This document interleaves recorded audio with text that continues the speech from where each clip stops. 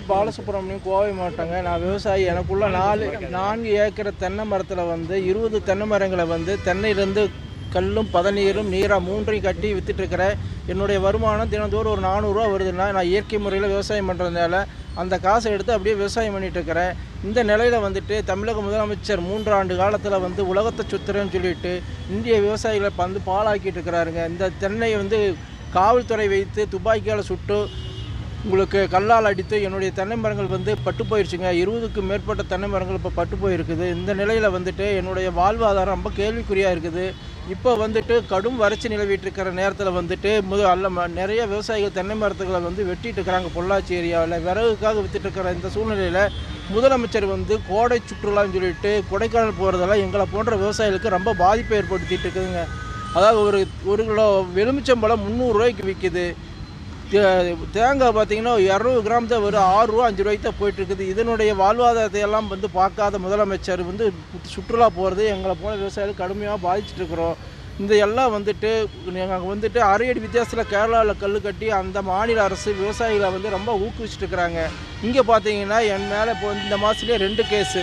அதனால் என்னுடைய விவசாய பூமி கலெக்டர் பொள்ளாச்சி சப் கலெக்டர்கிட்ட என்னுடைய விவசாய பூமி விற்று கொடுங்க, எனக்கு வீட்டுமனை பட்டாவாக விற்று கொடுங்க, இதை நான் விற்றுட்டு போய் கேரளாவில் போய் விவசாயம் பண்ணி என்னுடைய வாழ்வாதாரத்தை தேடிக்கிறேன், தமிழ்நாட்டில் ஒரு சுதந்திரமில்லாத ஒரு வாழ்க்கையாக வாழ்கிறேன்ட்டு இந்த மாதிரி எனக்கு ஜெயில் தண்டனை கொடுக்காதீங்க, 5 லிட்டர் கல் விற்றான்னு சொல்லி என் மேலே வழக்கு போட்டு என்னை ரிமாண்ட் பண்ணி என்னுடைய குடும்பத்தை சீரழிக்காதீங்க. நாங்கள்லாம் இப்போ விவகாரத்தை செய்கிற கண்டிஷனில் எங்களுடைய வாழ்வாதாரம் போயிட்டுருக்குது.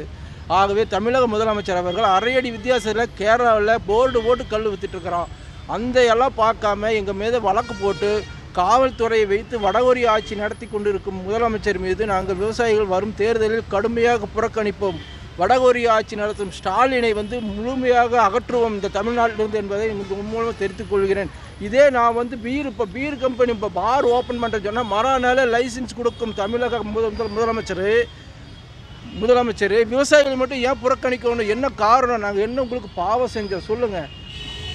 அதாவது இந்த முதலமைச்சர் வரும் தேர்தலில் வடகொரிய ஆட்சியை அகற்றாமல் நாங்கள் விவசாயிகள் ஒன்றிணைந்து தமிழ்நாடு முழுவதும் இவருக்காக எதிராக போராடுவோம் என்பதை இதன் மூலம் தெரிவித்துக் கொள்கிறேன். வணக்கம் இந்து சொந்தங்களே. திருநெல்வேலி மாவட்டம் நாங்குநேரி தாலுகா ஆண்டார்குளம் கிராமத்திலேருந்து நாங்கள் பேசுகிறோம். இது ஒரு ஃபேமஸான சிவன் கோயில். இந்த சிவன் கோயில் ஒரு காட்டுப்பகுதிக்குள்ளே இருக்குது. இதை புனரமைக்காமல் பல காலமாக பாதிப்பான சூழ்நிலையில் உள்ளது. இதில் பார்த்திங்கன்னா நிறையா நாகங்கள் குடிப்பகும், நிறையா மயில்கள் அடைகிறது.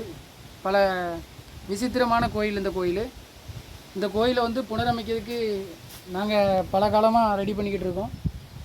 ஆனால் எங்களால் இன்னும் முடியலை. எங்களால் எக்கனாமிக் பிரச்சனைனால முடியல. இதை பாருங்கள், ஜல்லி அடித்து போட்டிருக்கோம், ஜல்லி எல்லாமே அடிச்சிருக்கோம்.